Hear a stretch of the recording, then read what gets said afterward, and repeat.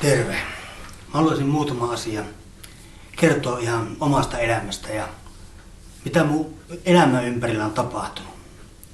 Joskus mulla on ollut paljon kipua ja semmoisia vaikeita aikoja elämässä. Mä en haluaisi nyt niistä puhua. Mä haluaisin kertoa jotain, mitä mun ympärillä on oikeastaan tapahtunut ja mitä mä oon kuullut ja mitä mä oon ymmärtänyt. Voisin ensin kertoa semmoisesta miehestä, että täällä meidän alueella joskus kenraaliskin nimitettiin. Sillä oli semmoisia periaatteita, että se oli kommunistia, hyvät oli arvot ja aika kova oli varmaankin ottamaan viinaa ja kavereiden keskuudessa suosittu kaveria. Kerran mä olin nuori silloin, niin kuulin myös tämmöisiä asioita hänestä kerrottavaa, että se puhui, että hän ei sitten tarvitse sitä vetten päällä kulkia. Tarkoitti varmaankin tätä Jeesusta Kristusta. Ja aika meni eteenpäin ja kenraali pysyi vakaasti kannassaan ja kylvi omaa elämän viisautta elämässä eteenpäin. Ja meni aikaa ja tämä kyseinen kaveri sairastui. Tämä kyseinen kaveri sairastui luusyöpään ja aika meni ja kuoleman päivät rupesi lähestymään ja sitten yksi ihminen mulle kertoi tästä asiasta, että se oli ollut katsomassa sairaalassa tämä kaveria ja se oli kuolemaa tekemässä siellä ja sen kuoleman aika tuli, mutta se tuli erikoisella tavalla. Tämä kyseinen henkilö mulle kertoi sitä, että tämä kyseinen kenraali oli vääntelehtynyt ja raivonnut ja kouvistellut ja käynyt sitä kuolinkamppailua. Ja monet oli joutunut pitämään kiinni sitä, että sillä oli ollut niin kovat väännöt ja tuskat kuollessaan. Se kuitenkin kuoli ja Jumala tietää, mikä häntä kouvisti ja minkälaiset hakijat hänellä oli hänen pois lähtiessään. En kuullut, että olisi koskaan parannusta tehnyt ja Jeesusta sydämeensä laskenut.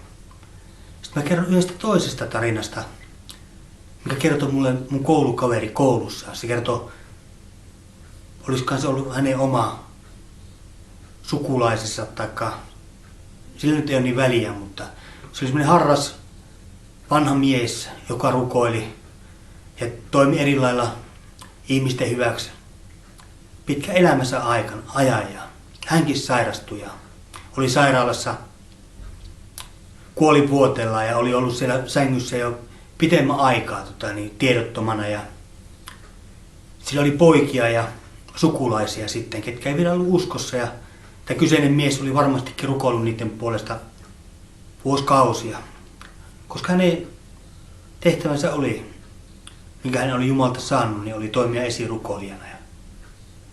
Kuitenkin tuli se päivä, kun hänenkin elämänsä rupesi viimeisiä aikoja menemään ja että miehen sukulaisia oli sitten tullut sen sängyn viereen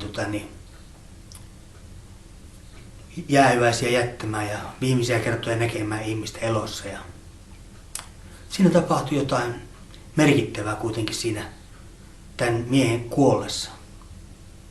Se oli ollut kuukausitolkulla puhekyvytön ja poissa tästä maailmasta, mutta elossa kuitenkin vielä. Ja tämä kyseinen mies nousee täysin selväjärkisenä, puhuu selvästi, katsoo taivaaseen ja sanoo, minun Herrani, minun vapahtajani, Jeesus Kristus, tule hakemaan minua. Ilossa ja riemussa kuoli. Ja jotain merkittävää tapahtui siinä hetkessä. Yksi toisensa jälkeen näistä miehen pojista ja sukulaisista sen vaikutuksen nähneenä, että mitä siinä kuolihetkellä tapahtui, antoi elämänsä Jeesukselle. Ja tänäkin päivänä ovat Jeesuksessa. Esirukouksella on voima. Ja sillä, miten maailma todistaa ja miten Jumalan palvelija todistaa. Tämänkin kertomuksen kautta sä voit ymmärtää ehkä se ero. Minkälaista on kuolla uskovana ja minkälaisena on kuolla Jumalan kieltäjänä. Sen ero voi myös nähdä täällä maailmassa. Että jos vilpittömin mieli uskoo ja antaa Jeesuksen Kristuksen tulla sydämeen. Jos me langetaan, jos me tehdään se erehdyksissä ihmisinä ollessa ja me vilpittömästi kadutaan, niin se on varma, että Jumala tulee meidän sydämeen ja antaa Pyhän Hengen, mikä on Jeesuksen Kristuksen kaltainen, mikä kirkastaa Jeesusta Kristusta. Ja se rupeaa muuttaa meitä sisältäpäin. Se rupeaa tuomaan meille ajatuksia. Se rupeaa tuomaan meille näkyä elämään. Me voidaan sanoa jo tässä ajassa, että se mikä on mennyttä, on ollutta. Että uusi on sijalle tullut ja se muutos on alkanut tapahtumaan meissä. Minunkin sydämessä, minun ajatusmaailmassa. Mulla olisi paljon kerrottavaa, mutta mä haluan sulle kertoa se asia, että mene seurakuntaan ja eti niitä ihmisiä, ketkä palvelee Jumalaa ehyydellä sydämellä.